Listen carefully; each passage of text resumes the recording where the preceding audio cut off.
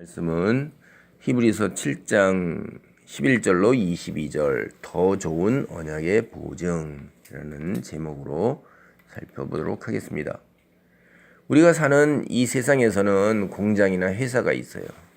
그런 공장이나 회사에서는 가장 원하는 것 중에 하나가 뭐냐면 이제 돈을 많이 버는 거죠, 당연히. 그러니까 공장이나 회사를 세운 건데, 돈을 많이 벌기 위해서는 거기서 생산하는 제품이나 팔고 있는 것들이 남들보다 인기가 있어야 돼요. 흠이 없어야 돼요. 그래서 그런 것을 흠을 없는 완전한 제품, 완벽한 제품을 팔고자 그들이 하는 것이 무결점 운동이라는 걸 해요. 무결점 운동. 제로 무브먼트. 그래갖고 흠이 조금이라도 있는 건 제품을 우리가 팔 수가 없잖아요. 농산물도 우리가 보세요. 이렇게 팔 때 그 흠이 있으면 가정용 해가지고 좀 싸게 팔잖아요. 근데 농산물은 그런 게 가능하지만은, 아니, 자동차가 흠이 있다. 자, 가정용 브레이크 흠이 있어요. 가족 다 죽으라는 거죠. 그러니까 이 식품에 흠이 있다. 곰팡이가 살짝 났어요. 유통기한이 지났어요. 가정용. 이게 돼요? 안 된다 이 말이에요, 이런 게. 그래서 무결점 운동이라는 것이 바로 공장이나 회사에서는 굉장히 중요한 거예요. 만약에 공장에서 생산되는 제품 또는 회사에서 팔고 있는 그런 어떤 상품이 흠이 있다 이 말이에요. 그게 드러났어요. 그래갖고 언론에서 다 이렇게 신문방송에서 이야기하고 인터넷에서 이야기하면 그 공장이나 회사는 굉장히 큰 어려움에 처합니다. 우리가 한 예를 들어보면 어떤 식품회사의 제품이 상했어요. 그런 게 나왔어요. 그래갖고 파는 것이, 그런 것이 누군가 그걸 인터넷에 올리거나 유튜브에 올리거나 언론사에 제보했다고 보세요. 곰팡이 났다고 제보해보세요. 또는 아니 봉지를 뜯었는데 이게 다른 게 들어있어요. 뭐 바퀴벌레가 들어있어요. 끔찍하죠. 과자 봉지를 뜯었는데 그 안에 바퀴벌레가, 통조림을 뜯었더니 그 안에 애벌레가 들어서 나온다 이 말이에요. 근데 실제로 가끔 이런 일들이 우리는 있는 것을 압니다. 그래서 그 회사는 그로 인해서 매우 큰 어려움에 처하게 되고, 아주 심할 경우에는 어떤 회사 같은 경우에는 이걸로 인해서 회사가 쓰러졌어요. 더 이상 회사가 망하고 없어지는 경우도 있다 이 말이에요. 그래서 제가 식품을 예를 들었지만 자동차나 휴대전화나 모든 제품의 결함이 있을 때는 판매량이 뚝 떨어집니다. 그래서 회사가 굉장히 어려워져요. 그래서 세상에 있는 모든 공장이나 회사는 실제로 이 무결점 운동을 갖다가 펼치고 있어요. 그러나 인간이 하는 일에 완벽함이라는 게 100%라는 일이 있을 수 있을까요? 잘 생각을 해보셔요. 인간은 계속해서, 그래서 예전의 것 대신에 더 좋은 것, 완벽함을 향해서 나가서 예전의 것을 폐하고 대신 더 좋은 절차를 만들고 더 좋은 기계로서 더 좋은 제품의 생산을 하고자 옛날의 것을 대신하고 있는 거예요. 그런 거를 조금 어려운 말로는, 영어로는 이너베이션이라는 말을 써요. 혁신. 옛날 것보다 더 나은 걸로 개선하고 혁명적으로 발전하고 나간다. 그래서 이너베이션이라는 말을 써요. 이 이너베이션이 없으면 회사나 공장은 망하는 것입니다. 누가 먼저 그렇게 나아가느냐 하는 것을 서로 경쟁을 하고 있는 거예요. 근데 옛날의 것을 갖다가 세월이 한참 흐른 뒤에도 여전히 그대로 고집하는 경우, 이런 경우도 있을 수 있는데, 결국은 세월이 흐르면 다 바뀌고 그런 것들은 찾아보기가 어렵다는 거예요. 왜 그러냐면 예전의 것이 언제나 이게 시대가 흘러가서 바뀌면 부족하고 아쉬운 점이 있는 거예요. 그래서 그 부족하고 아쉬운 점을 갖다가 우리가 채워줘야 되는 거예요. 개선하고 보완해서 새로운 것으로 만들어내야 되는 거예요. 오늘 히브리서 본문이 바로 그런 이야기를 하는 겁니다. 아쉬운 것이 있기에, 부족한 것이 있기에 예수님이 오셔서 그것을 채우고 완벽한 걸로 바꾸어 놓았다 하는 이야기를 하시는 거예요. 예수 그리스도로 말미암아 예전의 언약보다, 옛 언약이라고 불리는 거예요. 더 좋은 언약, 즉 새 언약이라고 불리는 거예요. 그것을 예수님이 오심으로 인해서 예전의 언약이 폐하고 새 언약이 새롭게 갱신되었다, 세워졌다 하는 이야기를 하는 거예요. 히브리서 7장 11절 말씀입니다. 레위 계통의 제사 직분으로 말미암아 온전함을 얻을 수 있었으면 백성이 그 아래서 율법을 받았으니 어찌하여 아론의 반차를 따르지 아니하고 멜기세덱의 반차를 따르는 다른 한 제사장을 세울 필요가 있느냐. 우리가 이스라엘 백성이 모세의 인도를 받아가지고 가나안 땅으로 나와서 시내산에서 하나님께 이제 율법을 받습니다. 십계명과 그다음에 그 나머지 그 하나님의 말씀을 따라서 어떻게 살아야 하는지를 받을 때 죄를 지을 때 어떻게 하나님께 용서함을 받느냐 하는 그 제사 제도를 갖다가 하나님께 받아요. 그게 레위기예요. 그 레위기를 보면 백성이 죄를 지었을 때 어떻게 하나님께 나와서 속죄 제사를 드리느냐 하는 걸 알 수가 있고, 그 다음에 그 속죄 제사를 드리는 제사장은 레위 지파에서 아론의 가문, 아론의 후손만이 할 수가 있는 거예요. 그게 여기서 반차를 따른다 하는 거는 바로 그런 이야기를 하는 거예요. 계급과 지위를 얘기하는 거예요. 아론의 지위를 따라야 돼요. 아론의 가문을 따라야 되는 거예요. 그런데 이게 여기가 만약 그게 온전하였다면 새로 예수님 멜기세덱의 반차를 따르는 거예요. 아론의 반차를 따르질 않습니다. 멜기세덱의 반차를 따르는 예수님 같은 한 제사장을 세울 필요가 있느냐? 부족했다는 거죠. 여러분, 우리가 11절 말을 잘 읽어보세요. 레위 계통의 제사 직분으로 말미암아 온전함을 얻을 수 있었으면 이라는 말, 이 말 속에서 우리는 뭘 생각하냐면, 첫째, 제사장 직분을 얻는 자, 이거 온전해야 된다는 거예요. 아무나 제사장이 될 수 없는 거예요. 둘째, 레위 계통의 제사 직분을 통해서 온전한 하나님께 드리는 제사를 드리는 이 제사가 온전하지 못했다는 걸 우리는 알 수가 있어요. 온전함을 얻을 수 있었으면, 그러니까 온전함을 얻지 못했구나 라는 걸 우리는 알 수가 있습니다. 레위기를, 이 사실은 레위기 4장 3절을 보면 알 수가 있어요. 만일 기름 부음을 받은 제사장이 범죄하여 백성이 허물이 되었으면 그가 범한 죄로 말미암아 흠 없는 수송아지로 속죄 제물을 삼아 여호와께 드릴지니. 모세가 12지파 중에서 레위 지파가 하나님의 성막을 받들고 하나님의 제사를 받드는 일을 하는데, 제사장은 아론의 후손들만 할 수 있도록 그렇게 말씀으로 세웠어요. 율법으로 세운 겁니다. 하나님 말씀 받아서. 그런데 그들이 신이 아니에요. 12지파 중에 한 부족이야 사람이라 이 말이에요. 사람이기 때문에 먹고 자야 되고 죽어야 돼요. 그리고 그들도 역시 그러니까 성질을 부리고 죄 짓는다 이 말이에요. 그러니까 그 죄를 지었을 때 남의 죄를 용서하기 전에 네 죄부터 먼저 하나님 앞에 용서받아야 되잖아요. 그래서 이렇게 이야기를 하는 거예요. 기름 부음 받은 제사장이 범죄했을 때 속죄 제사를 드리라는 거예요. 여호와께 먼저. 그 다음에 우리는 여기서 보면 죄를 한 번만 짓나요? 그게 아니라는 걸 알 수가 있잖아요. 인간이 죄를 계속해서 져요. 그럼 어떻게 돼요? 죄를 지을 때마다 나와서 속죄 제사를 드리는 거예요. 그러니까 죄를 지은 한 건 한 건마다 나와서 하나님께 속죄 제사를 드려서 그 한 건 한 건을 죄 사함을 받아야 되는 거예요. 이스라엘 백성 죄를 지을 때마다 하나님께 나와야 되고, 레위 제사장도 죄를 지을 때마다 하나님께 제사를 드려야 하는 거예요. 얼마나 제사를 많이 드려야 되겠습니까? 참 인간은 힘든 삶을 살았던 거예요. 레위기 4장 13절로 14절은 하나님의 계명을 지키지 못할 때마다 속죄 제사를 드려야 한다고 이야기를 해요.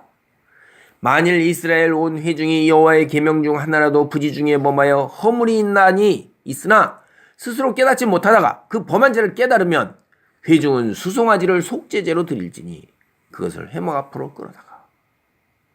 여러분, 이럴 때 이스라엘 백성, 그게 나라고 생각해 보세요. 하나님의 계명을 100% 완전하게 지키는 것이 가능할까요? 아침에 죄 지었는데 오후에 죄 안 져요? 아침에 제사 드리러 갔는데 오후에 또 제사 드리러 가야 돼요. 내일도 드리러 가야 돼요. 일은 언제 하고 언제 밥 먹고 살아요? 이게 참 힘든 겁니다. 굉장히 힘든 거예요. 혹시 하나님의 계명을 온전하게 지키는 것이 가능하다 그렇게 생각한다면 여러분 구약 성경을 한번 살펴보시기 바라겠어요. 이스라엘의 역사를 살펴보세요. 여러분이 죄의 관점에서 이스라엘의 역사를 살펴볼 필요가 있어요. 우리는 역사책 이스라엘 구약 성경을 다 살펴볼 때 사사기서부터 여호수아서부터 이렇게 한번 살펴보세요. 죄의 관점에서 보세요. 도대체 죄를 짓느냐 안 짓느냐라는 그런 관점에서만 글을 한번 읽기 시작하면 왜 이렇게 죄에서 헤어나지 못하는가 하는 것을 우리가 알 수가 있어요. 사사기도 그러죠. 뒤에 가서 여호수아 때도 그러죠. 뒤로 더 가가지고선 우리가 보면 다윗 왕 때 그 민수기에서도 다윗 왕이 죄를 짓는 게 나오죠. 뒤에 수많은 왕들 나오는 게 열왕기 상하, 역대 상하 이런 이야기들이에요. 계속해서 어떤 이야기예요? 죄의 관점에서만 보세요. 이스라엘 백성이 하나님의 말씀을 제대로 지킨 일이 없어요. 그런데 하나님께서는 계속해서 오래 참으시고 계속해서 이스라엘 백성을 하나님께로 돌아오도록 하기 위해서 선지자들을 계속 보내세요. 계속 보내세요. 그 선지자들을 어떻게 했어요? 이스라엘 백성이 하나님의 선지자로 대접을 하고 그들의 말씀을 따랐어요. 우리가 구약 성경을 보면 예수님이 뭐라고 그래요? 예루살렘아 너희가 하나님의 선지자들을 계속 보내었건만 그들을 죽이고 피를 흘리면서 언제까지 회개하지 아니하고 있으리나. 이제 예루살렘이 하나님의 때 완전히 이제 망하고 그냥 파괴되는구나. 그걸 보면서 예수님이 안타까워서 그렇게 부르짖던 이야기를 우리는 알 수가 있습니다. 이스라엘 백성 하나님 대신에 이방 사람들이 섬기는 우상을 선택하고 그렇게 음란하게 우상을 선택하고 재물을 선택하고 하나님 말씀 대신에 살인과 간음과 폭행과 이루 말할 수 없는 거짓 증언과 이웃에 대한 해악을 얼마나 밥 먹듯이 해오고 있어요. 약한 자를 돌보는 대신에 그들을 착취하고 힘없고 권력 없는 자들을 착취해서 마침내 아시리아의 이스라엘이 멸망하고 바벨론의 남유다가 멸망하는 비운을 맞이하게 되었어요. 그래서 그들은 포로로 끌려왔어요. 그래서 세상 곳곳에 이제 흩어져 살게 되었어요. 이와 같은 이스라엘 역사, 이걸 갖다가 한꺼번에 요약해서 말하고 있는 게 느헤미야서를 우리가 잘 볼 수가 있어요.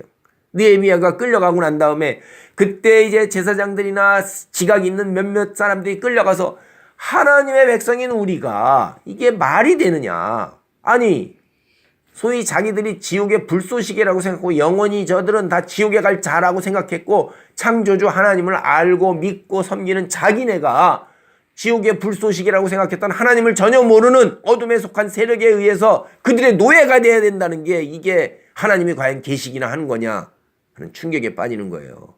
하나님이 계신다면 하나님을 믿지 않는 저들이 우리의 노예가 되어야 되는 거지, 하나님이 계시는데 하나님을 믿는 내가 하나님을 믿지 않는 저들의 노예가 되어야 된다는 게 과연 하나님이 계시는 거냐? 하나님은 안 계시다. 아니면 우리가 무엇을 잘못했기에 하나님께서 우리에게 이렇게 혹독한 벌을 내리시는가?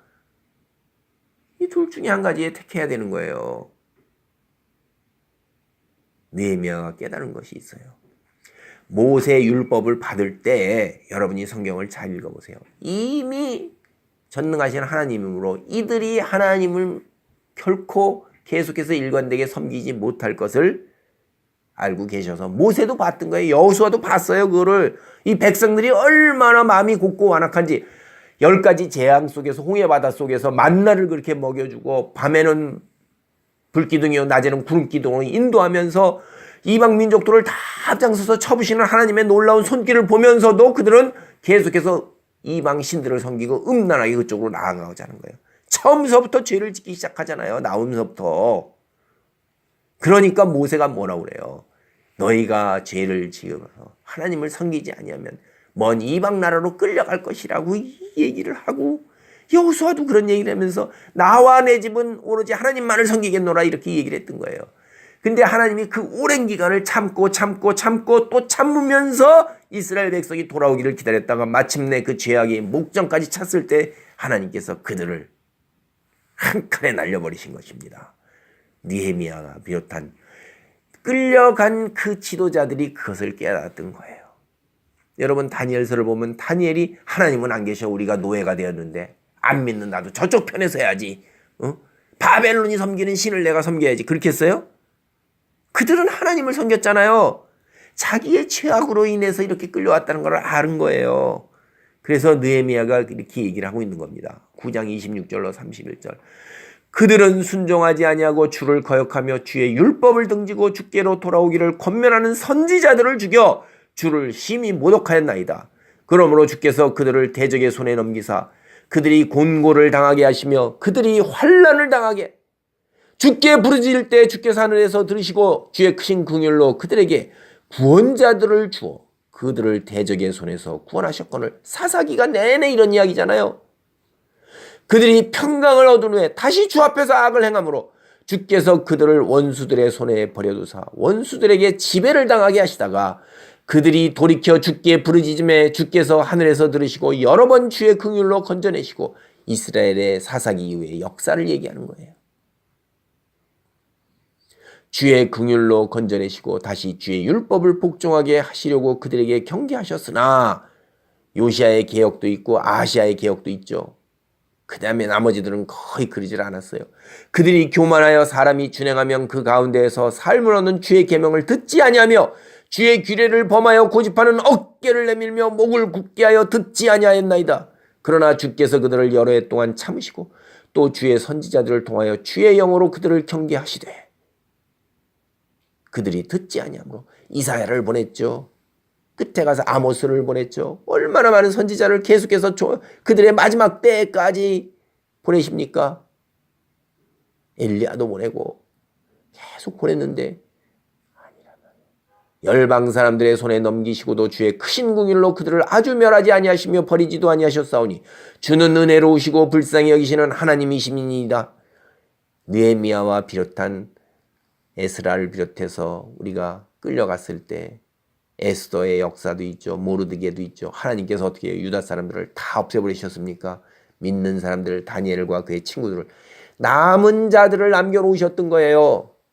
그들을 남겨주셔서 그들이 이런 신앙을 깨닫고 다시 어떡합니까? 우리는 역사를 보면 이들이 다시 돌아와요. 우리는 그런 역사를 하세요. 이스라엘 백성이 모세를 통해 받은 하나님의 말씀을 잘 지켰다면 오늘 우리가 앞에 여기 히브리서 보처럼 새 언약이 필요가 없는 거예요. 새 제사장이 필요가 없는 것입니다. 그러나 이스라엘 백성이 옛 언약을 제대로 지키지 못했어요. 그래서 이제 그 옛 언약을 지키지 못한 그 부족한 사람들을 위해서 더 나은 언약, 죄사함을 받을 수 있는 새 언약이 필요했던 것입니다.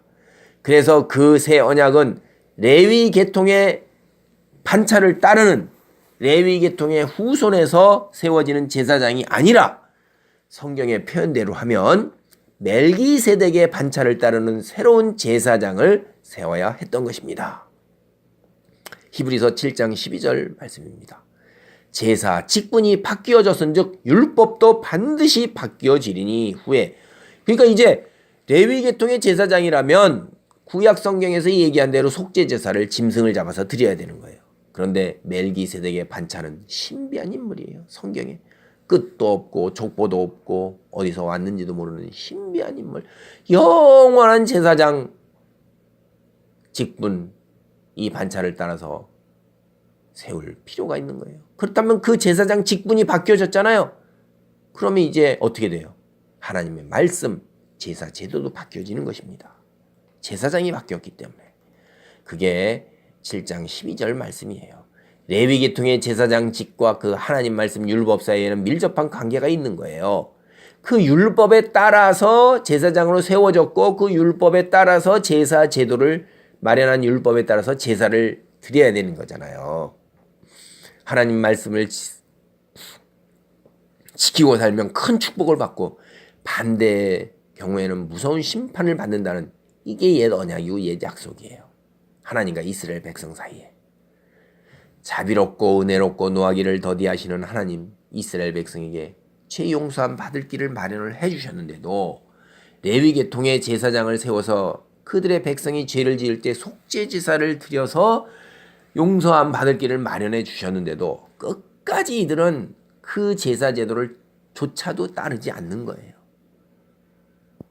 그래서 예수님이 멜기세덱의 판차를 따라서 새로운 대제사장으로 세움을 받으신 것입니다. 제사장이 바뀌었죠. 이제 속죄 제사 제도가 바뀌어야 하는 거예요. 여전히 옛 언약에 따라서 속죄 제사를 드린다면, 희생 제물을 드린다면 굳이 예수님을 대제사장으로 세울 필요가 전혀 없는 거예요. 그냥 레위 계통의 사람들로, 아론의 후손들로 제사장을 그냥 계속 세워서 그대로 이어나가서 그대로 희생 동물로 속죄 제사를 드리도록 하면 되는 거예요. 제가 앞서서 말씀드렸죠. 세상에 부족한 것이 있으면 그 부족한 것을 보다 더 개선해서 완전한 것으로 바꾸어 나가는데, 하나님께서도 그렇게 하시지 않으십니까? 당연한 거예요. 이거는 하나님의 옛 언약에 따른 속죄 제사제도 인간의 악한 죄성으로 인해서 인간을 온전함에 이르도록 인도하지 못했어요. 그래서 예수님이 이 세상에서 오셔야 했고 제사장에 취임하시고 새 언약을 세우신 거예요. 이러한 변화는 우주가 새롭게 탄생하는 것과 같은 정도의 놀라운 일이고, 제사제도가 철저하게 아주 근본서부터 바뀌는 거예요. 예수님 레위 지파와 전혀 상관이 없어요. 다윗 지파에서 오르셨어요. 옛 언약에 따른 속죄 제사의 제도의 흔적, 그것은 이제 말씀 속에서 모형으로 이 비유로 의미만을 깨닫는 것만 있지 아예 그 속죄 제사 제도는 다 없어진 것입니다. 그것이 히브리서 7장 13절로 17절 말씀입니다. 이것은 한 사람도 제단 일을 받들지 않는 다른 지파에 속한 자를 가리켜 말한 것이라. 우리 주께서는 유다로부터 나신 것이 분명하도다. 이 지파에는 모세가 제사장들에 관하여 말한 것이 하나도 없고 멜기세덱과 같은 별다른 한 제사장이 일어난 것을 보니 더욱 분명하도다. 그는 육신에 속한 한 계명의 법을 따르지 아니하고 오직 불멸의 생명의 능력을 따라 되었으니 증언하기를 내가 영원히 멜기세덱의 반차를 따르는 제사장이라 하였도다. 레위기를 보면 제사장은 레위 지파 중에서도 아론의 후손만이 감당할 수 있어요. 레위 지파에 속한 다른 사람들은 제사장을 하는 게 아니에요. 성막을 돕고 제사를 드리는 일을 돕고 성막 바깥에서 지키고 이런 성전과 관련된 모든 일은 레위 지파 외에는 아무도 못해요. 근데 레위 지파 중에서도 아론의 후손만이 직접 제사를 드리는 제사장을 할 수가 있어요. 근데 예수님은 레위 지파가 아니라 다윗 지파예요. 다윗 왕의 후손이에요. 이미 이 신약 시대에 예수님이 다윗 왕의 후손이요 유다 지파에 속한 사람이라는 것은 널리 알려졌던 거예요.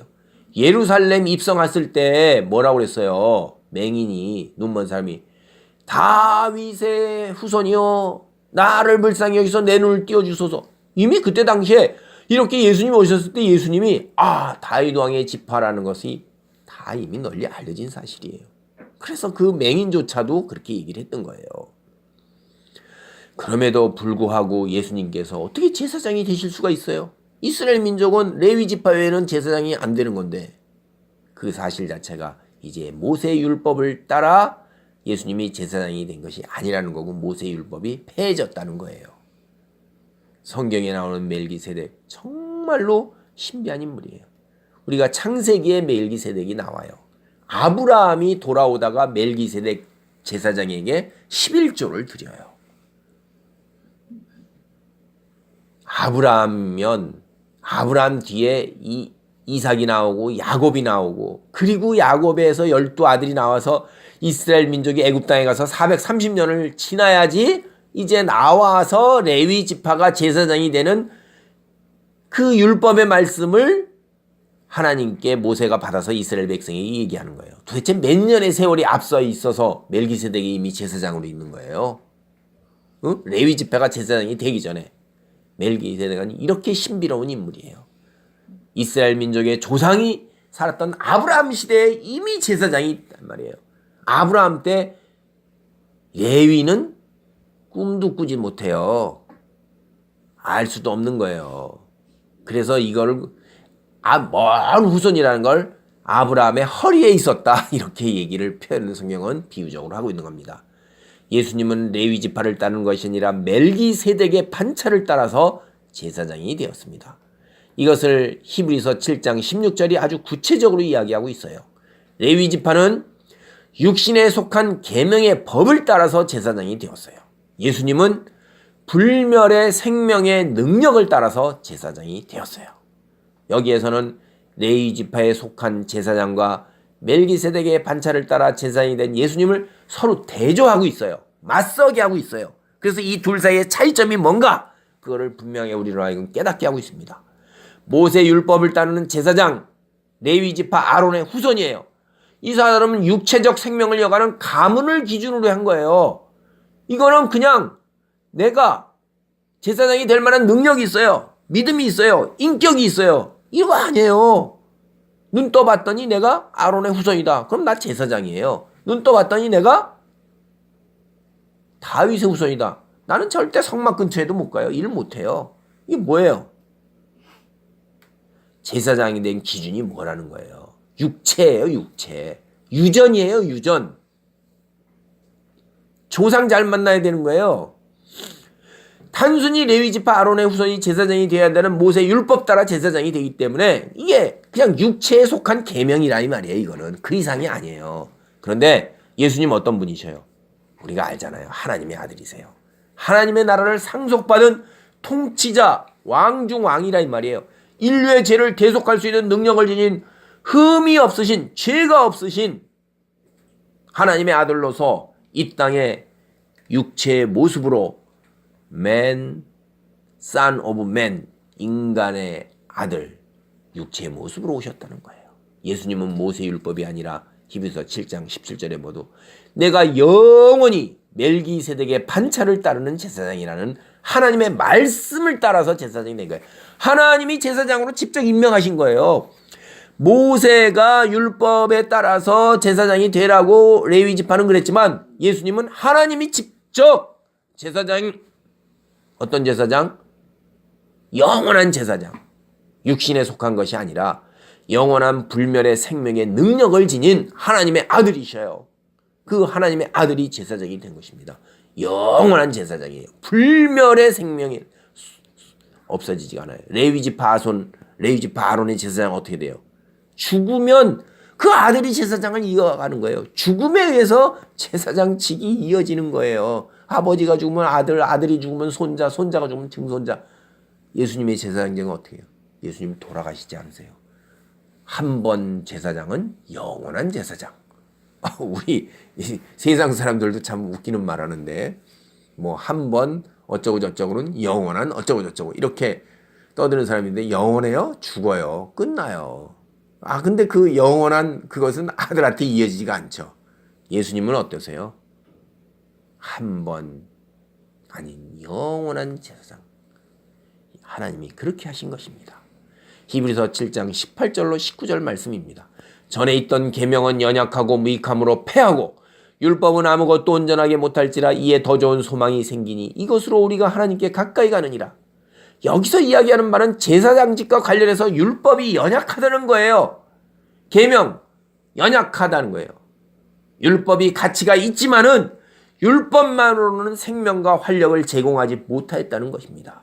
둘째, 율법이 무익하다는 거예요. 여기 전혀 쓸모가 없다. 이런 이야기가 전혀 아니에요. 어떤 점에서 그렇게 크게 효력이 없느냐?